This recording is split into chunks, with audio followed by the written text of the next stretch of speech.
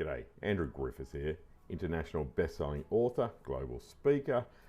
Today I want to talk about stories. Now, normally when I'm talking about stories to my small business community, my small business clients, my small business audiences, I'm talking about storytelling from the perspective of you've got to tell more stories.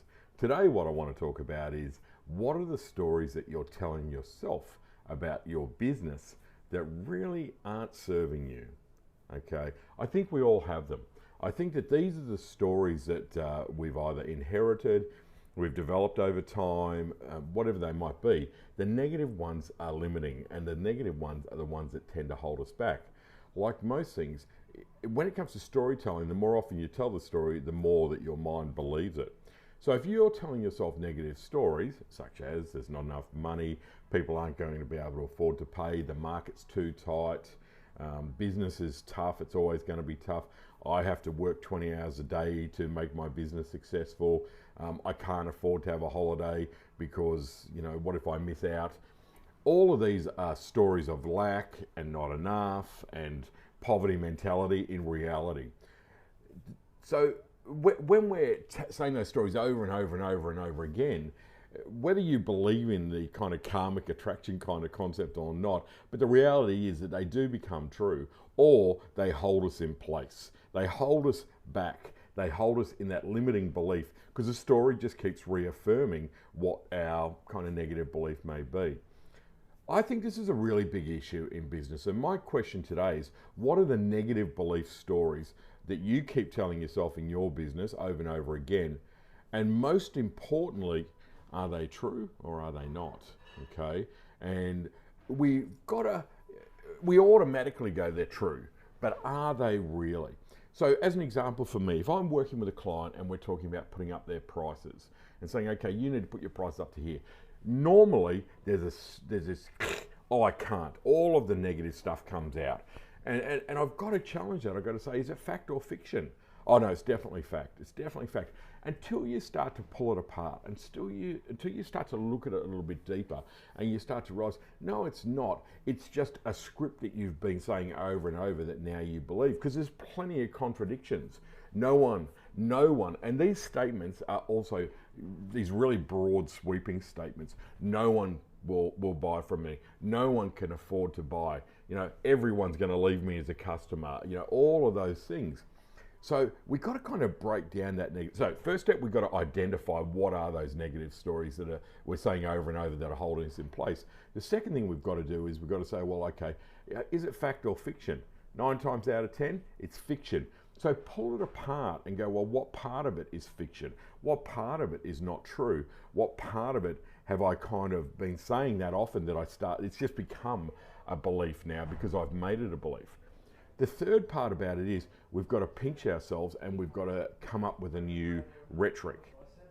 Now, a really interesting example of this was a story that I used to tell myself years back, and it would be that, oh my God, I'm so busy, I'm so stressed, I'm so, you know, full on working 18 hours a day. So I would be walking down the street, I would meet someone, probably a client or a referrer, and they would say, hey Andrew, how you going?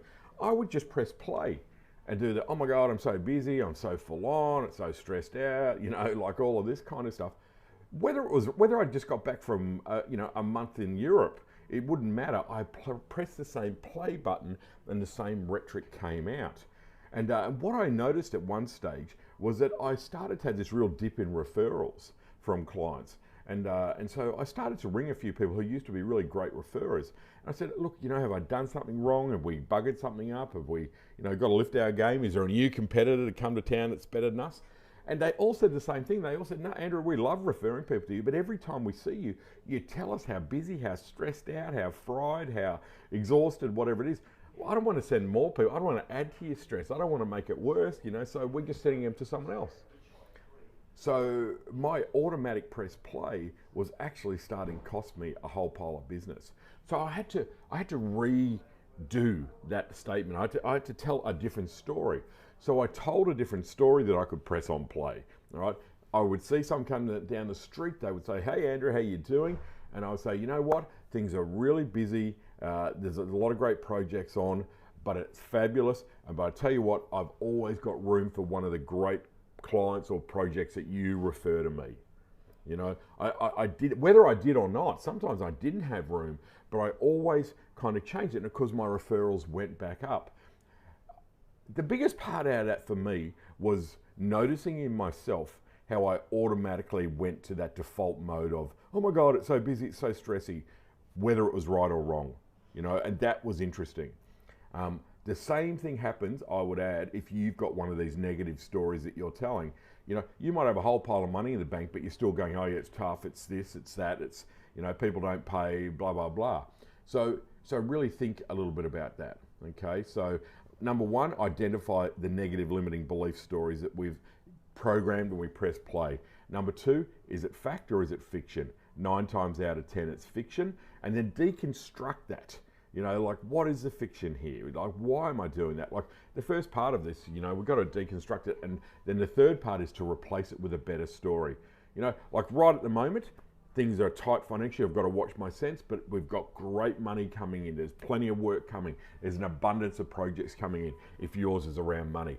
Time. I haven't got enough time. I'm always stressed out. You know what? I've got plenty of time in the day. I'm just going to organize my day better, and I'm just going to make sure that I don't have things in there that erode my time or waste my time or aren't proactive for me in that, you know? Or, yes, I'm busy and stressed out, but I'm getting better at organising myself every day. Whatever those things are. It's a simple 3-step thing. You may have encountered something like this before, but I tell you what, it can have a profound effect on your business. Think about the business owners who you know, when you ask them how they're going, they leap straight to the negative. They go straight to that, okay? Think about, do you do the same? Have you got the same kind of, you know, automatic patterns? All right. Anyway, hope that's helpful. It's very helpful for me having that realization, and I hope that it works for you and helps you kind of shift some of that negative thinking that we might have. Stinky thinking, I think Zig Ziglar used to call it. All right. Have a great day. Bye-bye.